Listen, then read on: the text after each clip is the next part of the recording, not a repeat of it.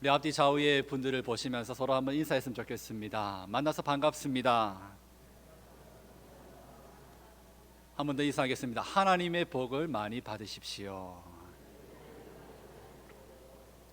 세상에서는 새해 복 많이 받으십시오라고 인사를 하게 되는데 그 복이 무엇인지는 우리가 좀 다른 것 같습니다. 하나님의 복, 하나님의 축복, 하나님의 은혜를 받을 수 있다는 것, 그것을 깨닫는 것, 그리고 전할 수 있다는 것도 우리에게 큰 복이 될 줄 믿습니다. 동물나라에 한 임금님이 있었습니다. 이 동물나라의 임금님은 다른 동물 백성들의 말을 잘 듣지 않고 자기가 하고 싶은 말만 늘 했었습니다. 그런데 어느 날 잠에서 깨어보니 임금님의 귀가 코끼리 귀만해졌습니다. 백성들은 킥킥대며 수군거리기 시작했고 임금님은 귀를 고치기 위해 3명의 왕자를 부르게 됩니다. 첫 번째 왕자의 이름은 안 들어도 다 알아 였습니다. 두 번째 왕자의 이름은 들을 때 딴짓해 였습니다. 그리고 마지막 세 번째 왕자의 이름은 끝까지 귀 쫑긋이었습니다. 세 왕자는 아버지의 귀를 고치기 위해 각각 마법사, 의사, 지혜자를 찾아 멀리 길을 떠나게 됩니다. 떠나기 전에 이들을 교육하던 선생님에게 유의사항들을 몇 가지 듣습니다. 길을 모르면 물어서 갈 것, 설명을 들을 때는 끝까지 잘 들을 것 등등 여러 가지 주의사항이 있었습니다. 그런데 이들은 자신들의 이름처럼 길을 떠날 때 행동을 하게 됩니다. 첫 번째 왕자는 길을 안내해 주는 말을 제대로 듣지 않고 묻기만 하고 듣지도 않고 가다가 엉뚱한 길에서 헤매다가 그냥 다시 돌아오게 됩니다. 두 번째 왕자, 깜깜한 길을 갈 때는 발밑을 조심해야 한다고 들었는데 딴짓을 하다가 그만 구덩이에 빠지고 첫째처럼 그냥 돌아오게 됩니다. 셋째 왕자는 선생님에게 들은 대로 모르는 길이 나오면 물어보고 끝까지 목적지를 잘 찾아가게 됩니다. 그리고 지혜자를 만나서 병을 고칠 방법을 듣고 임금님의 귀를 고칠 수 있게 했다는 한 이야기가 있었습니다. 우리는 다른 사람의 이야기를 듣는 것을 경청한다고 말합니다. 그리고 다른 사람의 말을 잘 들어주는 이 경청의 요소가 오늘날 우리 자신들과 또 사람들과 함께 살아감에 있어서 얼마나 중요한 부분이 되는지 익히 잘 알고 계신 줄 믿습니다. 듣는다는 것은 그저 누군가의 말을 들어주는 것만을 말하지 않습니다. 상대가 지금 나에게 무슨 말을 하는지, 왜 그 말을 하는지 온몸으로 집중하여 들으면서 그 사람의 말에 의도를 헤아리고 그리고 동의한다면 그 말대로 내가 살아가겠다, 내가 인정하겠다 결정하는 것입니다. 그래야만 잘 들었다 말할 수 있을 것입니다. 하나님께서도 우리에게 항상 강조하여 주시는 말씀이 있습니다. 그것은 우리가 하나님의 말씀을 들을 때, 성경 말씀을 대할 때에 잘 경청해야 한다는 것입니다. 하나님의 말씀을 어떻게 들었는지에 따라서 우리는 하나님이 인정하시고 기뻐하시는 길로 가는 그런 사람이 되기도 하고, 반면에 그런 길이 아닌 자신의 생각과 판단대로 걸어가는 사람도 될 것입니다. 이런 관점에서 오늘 우리는 우리에게 주신 하나님의 말씀을 통해서 분명하게 배우고자 하는 것이 있습니다. 그것은 우리가 얼마나 예수님의 말씀을 잘 듣고 있는지 그것을 한번 점검해 보자는 것입니다. 믿음은 들음에서 나며 들음은 그리스도의 말씀으로 말미암는다고 기록되어 있습니다. 그렇다면 우리는 예수님의 말씀을 힘써 경청해야 될 줄 믿습니다. 우리가 신앙의 목표점을 다시 세울 수 있다면 우리는 예수님의 말씀을 온전히 듣고 예수님의 발자취를 따라가며 예수님께서 말씀해 주신 그 가르침이 무엇인지를 더 상고하고 가까이 가며 그리고 그 믿음의 길을 살아가기를 더 다짐해야 할 것입니다. 오늘 본문의 말씀은 예수님께서 공생의 사역을 이제 막 시작하셨을 때입니다. 사람들이 예수님의 소문을 듣고 몰려들기 시작했습니다. 그분을 통해 이전에 들어보지 못한 그런 말씀들이 쏟아지고 있고, 그리고 예수님의 손 앞에서 질병과 귀신들에게서 묶여있던 사람들이 고쳐지고 나음을 입는 그런 사건들이 일어나고 있었습니다. 그러다 보니 사람들이 그 소문을 듣고 점점 더 가까이 나오고 있었죠. 그 사람들 중에 예수님을 찾아오는 가장 첫 번째 사람들, 그리고 그들의 이유는 바로 병고침 때문이었습니다. 특별히 큰 병이었죠. 우리가 사실 작은 병이라고 부르기도 그렇지만 그냥 몸이 살짝 아픈 것 가지고 물론 기도할 수 있습니다. 그러나 예수님을 향해 찾아간다, 그 길을 떠난다라는 것은 그냥 결정이 아니고 그냥 문제가 아니겠죠. 큰 병이었습니다. 태어날 때부터 걷지를 못했거나 보지를 못했거나 혹은 말하지 못했던 그런 난치병을 가진 사람들이었습니다. 그런데 그렇게 큰 병을 가지고도 예수님을 쉽게 만나지 못하는 사람들도 있었습니다. 그것은 예수님께서 가까이 오지 못하도록 막은 것이 아닙니다. 조건을 따로 둬서 이런 병을 가진 사람은 나에게 오지 마라, 예수님께서 말씀하신 적이 없습니다. 왜 그럴까요?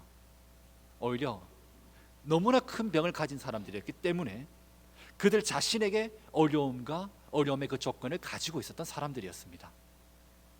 예수님이 거룩한 하나님의 존재라는 사실, 하나님께서 보내신 그냥 보통 사람이 아니라 보통 분이 아니라는 그 사실 앞에, 그리고 반면에 자기 자신은 큰 죄인이고 이러한 병이 걸렸으니 나는 저주받아 부정한 사람이다라는 그러한 생각 때문에 예수님을 찾아가는 길에 그들 자신은 걸림돌이 되었던 것입니다.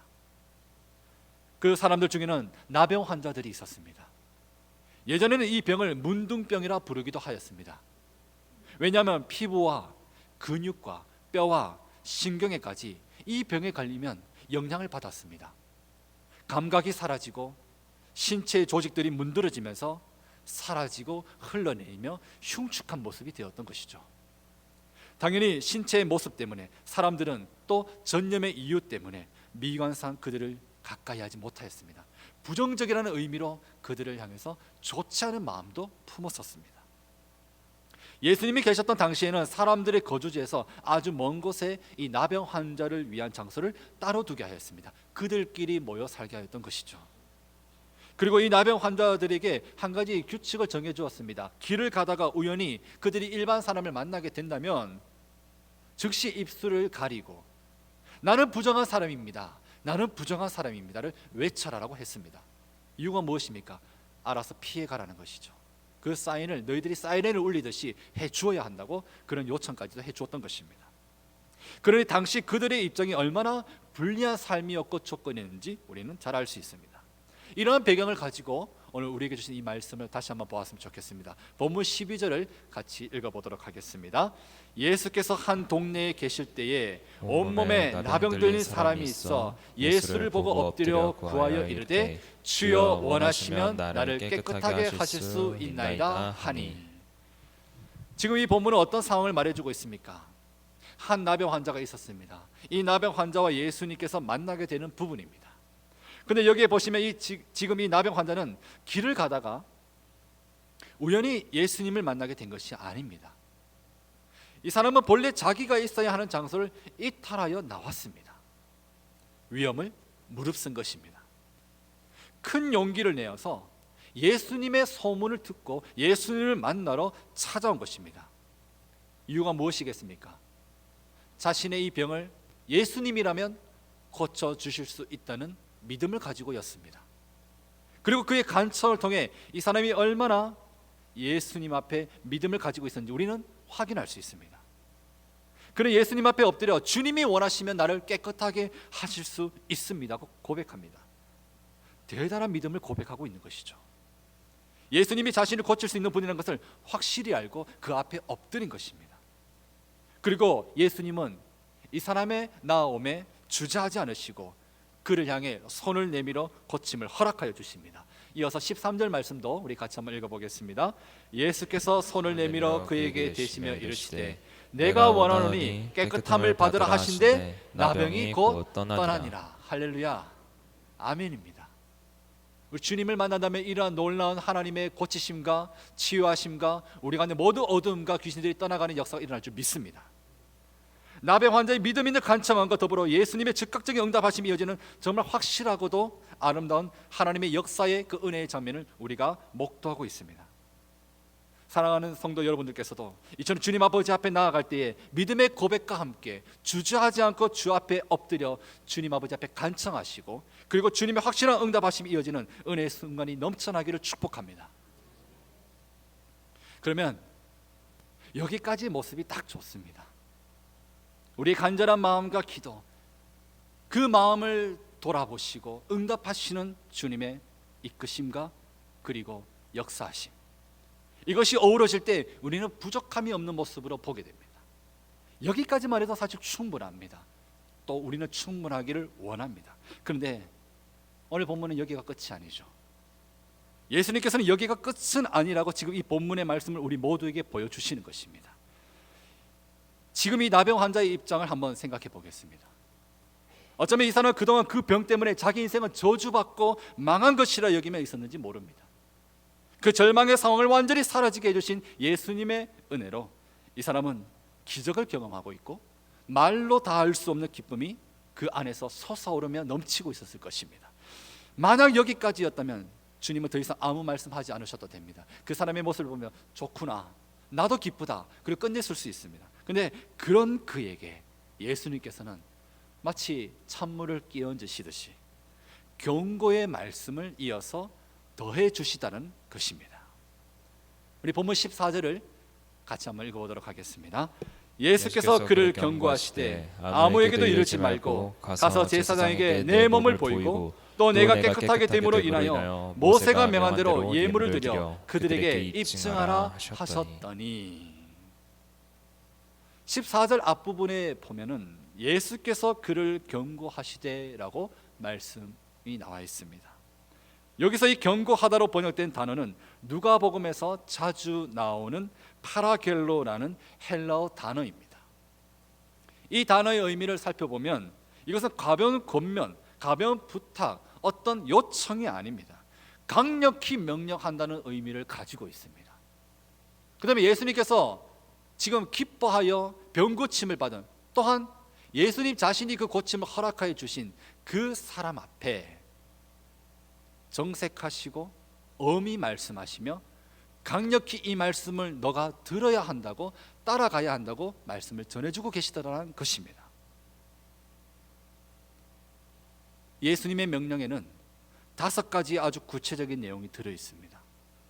아무에게도 이르지 말고, 가서 제사장에게 너의 몸을 보이고, 또 너가 깨끗하게 됨으로 인하여 모세가 명한 대로 예물을 드려 그들에게 입증하라까지입니다. 굉장히 구체적이고, 그리고 어떻게 해야 되는지를 한 가지씩 조목조목 일러주신 것입니다. 놓치지 말라는 것이죠. 매우 중요하다는 것이죠. 잘 들으라는 것입니다. 사실 첫 번째 내용인 아무에게도 이르지 말고가 우리에게는 가장 이해가 되지 않는 부분입니다. 이 사람에게도 가족과 친구가 왜 없었겠습니까? 이 사람의 부모도 있었을 것이고, 이 사람의 형제들도 있었을 것이고, 혹 이 사람이 나중에 나이가 들어서 병이 드는 것이라면 그때까지 살았을 때 만났던 많은 사람들이, 친구들이 있었을 것입니다. 병이 나았을 때 누가 가장 먼저 보고 싶지 않겠습니까? 누구에게 가장 먼저 이 사실을 알려주고 싶지 않겠습니까? 바로 그 사람들입니다. 그들에게 찾아가서 자신의 병이 나았음을 외치고 싶었을 것입니다. 그러나 예수님은 그것이 첫 번째 너의 행동이 아니다. 그러고 싶겠지만 너가 지금 그것을 해야 되는 것이 아니다. 그렇게 하지 말고 가서, 어디로 가라고 하는 것입니까? 제사장에게 먼저 찾아가서 나아진 너의 몸을 보이고 모세가 명한 대로의 절차를 밟아야 한다고 말씀하시는 것입니다. 여러분, 모세가 명한 대로는 구약의 율법 말씀을 의미하는 것인데 이것이 바로 핵심 포인트가 됩니다. 이것이 어떤 과정을 말해주는 것인지 안다면 우리는 예수님의 이 명령이 그냥 보통 명령이 아니라 분명한 예수님의 목적과 의도를 가지신 명령이구나를 발견할 수 있습니다. 모세가 명한 율법 말씀, 특별히 나병 환자가 치유를 받았을 때 어떻게 그 절차를 밟아야 되는지 그 율법의 말씀은 레위기 14장의 말씀에 잘 나와 있습니다. 제가 레위기 14장 말씀을 토대로 이 과정을 한번 설명해 드리겠습니다. 나병 환자가 자기 몸이 나았다는 것을 발견하게 되면 곧장 제사장을 찾아갑니다. 그리고 제사장을 만나게 되면 제사장은 진영 밖에서, 즉 사람들 밖에서입니다. 그 무리에서 밖에서 나가 그 사람의 상태를 면밀하게 머리부터 발끝까지 살피게 됩니다. 몸을 다 살펴보니 그 사람의 피부병이, 그 사람의 나병이 떠난 것을 확인하게 되었습니다. 그렇다면 그 판단이 내려지면 그때부터는 정결 예식을 진행하게 됩니다. 정결 예식은 흐르는 물 위에서 새 한 마리를 질그릇에 잡아 죽이고 또 다른 한 마리 새를 준비하여 산채로 백향목과 홍색 실과 우슬초와 함께 가져다가 그 잡은 새의 피에 찍어서 정결함을 받을 자의 몸에 7번 뿌리게 됩니다. 그러나 이것이 끝이 아닙니다. 아직 진영 안으로, 다시 무리 안으로 들어갈 수는 없습니다. 그 상태로 7일 동안을 진영 밖에서 대기합니다. 그리고 7일째가 되면 옷을 빨고 몸의 모든 털을 밀고 그리고 몸을 깨끗하게 씻게 됩니다. 그렇게 밖에서의 7일간의 대기 기간이 마치고 8일째가 되면 그는 속건제와 속죄제와 번제와 소제를 다 드려야 합니다.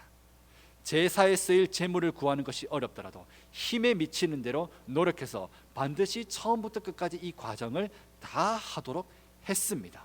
병이 나았지만 정결 예식의 그 구체적이고 피곤하고 그리고 긴 과정을 하게 하였던 것입니다. 그리고 나서 그 사람은 다시 이스라엘 안으로, 사람들의 품으로 돌아갈 수 있었던 것입니다. 그러면 이토록 복잡하고 어려운 과정을 지금 막 나음을 입은 이 사람에게, 왜 기쁨이 넘쳐서 빨리 돌아가고 싶은 사람에게 하도록 명하신 것일까요? 사랑하는 성도 여러분, 이것은 이 나병 환자의 병을 치유해 주신 예수님의 진짜 목적이 있다는 것입니다. 병을 낫게 하는 것도 중요하지만, 병이 고쳐지는 것도 중요하지만, 문제가 해결되는 것도 중요하지만, 하나님의 응답하심도 중요하지만, 이 사람을 향한 예수님의 진짜 목적이 있다는 것입니다. 율법에 기록된 과정을 다 행하도록 먼저 명하셨다는 것은 하나님께서 이스라엘 백성들에게 율법을 주신 이유를 아는 것과도 같은 것입니다. 여러분, 율법의 목적, 율법은 귀찮은 것이 아닙니다. 구약의 이스라엘 백성들에게 하나님의 그 말씀을 조목조목 지켜야 할 것을 허락하신 것은 사람이 자신의 죄의 심각성을 깨닫고 그 죄를 용서하시며 구원하시는 하나님만 사랑하고 하나님만 바라보고 하나님만 예배하도록 하기 위함이었습니다. 그래서 이 환자에게 요구된 정결 예식의 그 긴 과정도 죄로 말미암은 질병의 뿌리가 얼마나 깊은지를 보게 하는 시간이었습니다. 병이 나은 것이 굉장히 기쁘고 좋지만, 그러나 나를 묶고 있던 이 어둠이 무엇이었는가? 이것을 깨끗하게 하기 위한 그 과정과 그 대가는 얼마나 많은 것인가? 그리고 고된 것인가? 고통이 따르는 것인가?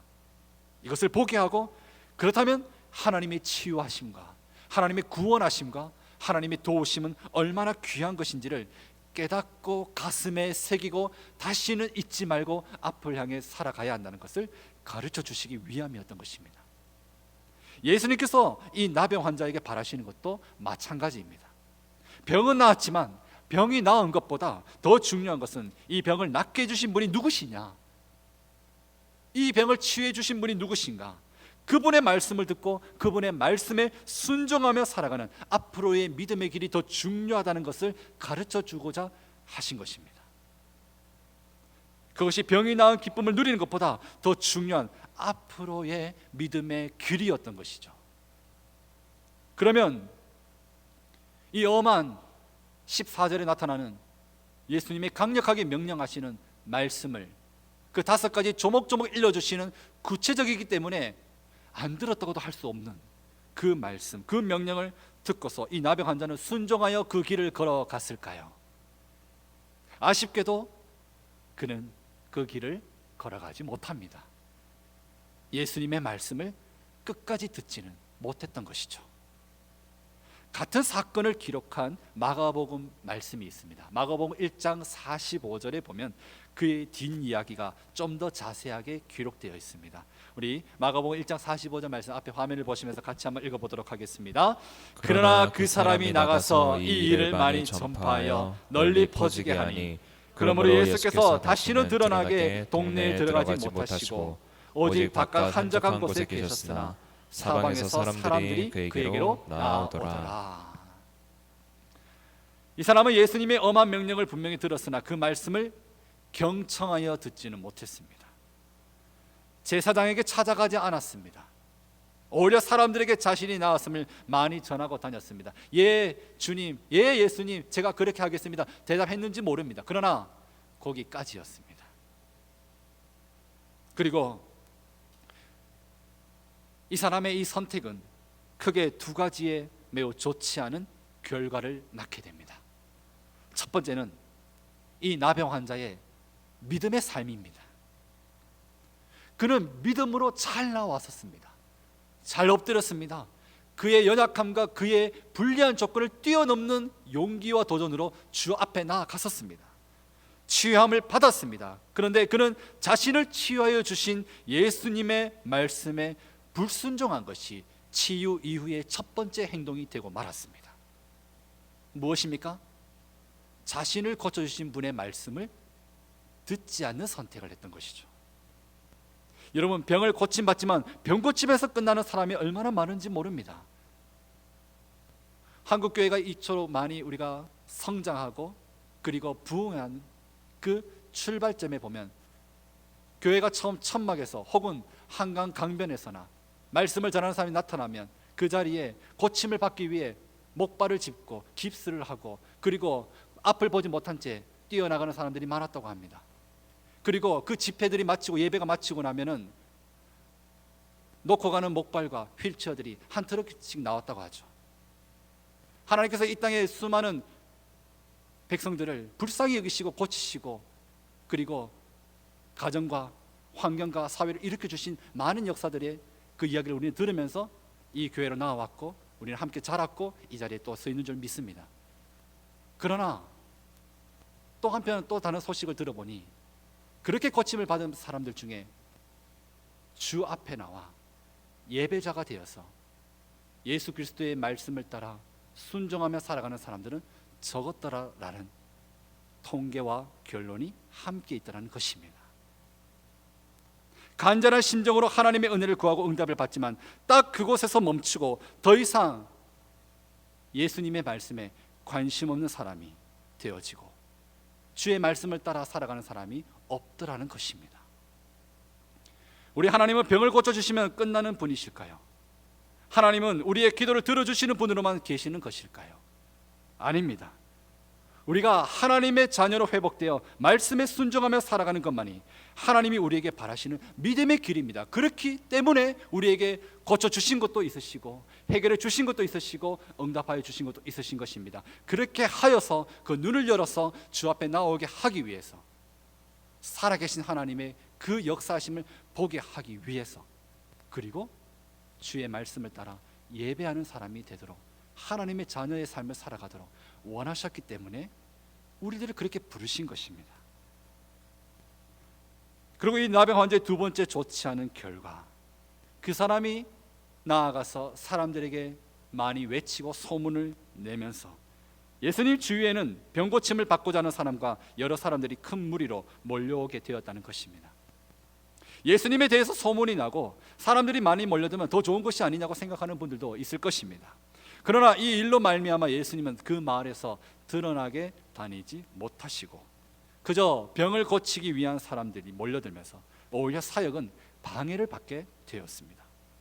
만약 그가 잘 순종하였다면 그 시간과 기간 중에 오히려 우리를 온전케 하시는 예수님의 사역이 더 잘 드러났을 것입니다.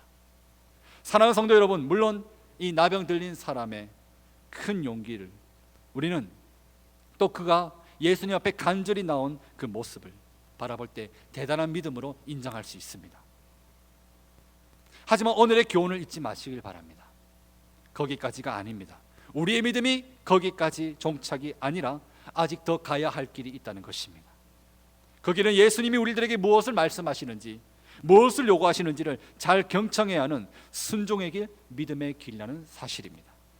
그러기 위해서는 날마다 우리가 게을리하지 않고 말씀을 가까이 하며 살아가는 노력이 필요할 것입니다. 예수님의 말씀을 따라 살아가는 것, 이것은 매일매일 매순간 아침마다 저녁마다 쉬는 시간마다 그리고 매 주일의 예배 시간마다 혹은 새벽에도 혹은 수요일에도 혹은 모이기 약속한 그 시간에도 만만한 길이 아닙니다. 쉽게 볼 일이 아닙니다. 어려울 것입니다. 그러나 포기하지 마시길 바랍니다. 오늘 우리는 이 말씀을 통해 증거를 확인하고 있는 것입니다. 그리고 무엇보다 이 말씀을 주시는 예수님께서 우리를 위해 항상 기도하여 주시며 우리의 중보자가 되어 주신다는 은혜의 보증이 있습니다.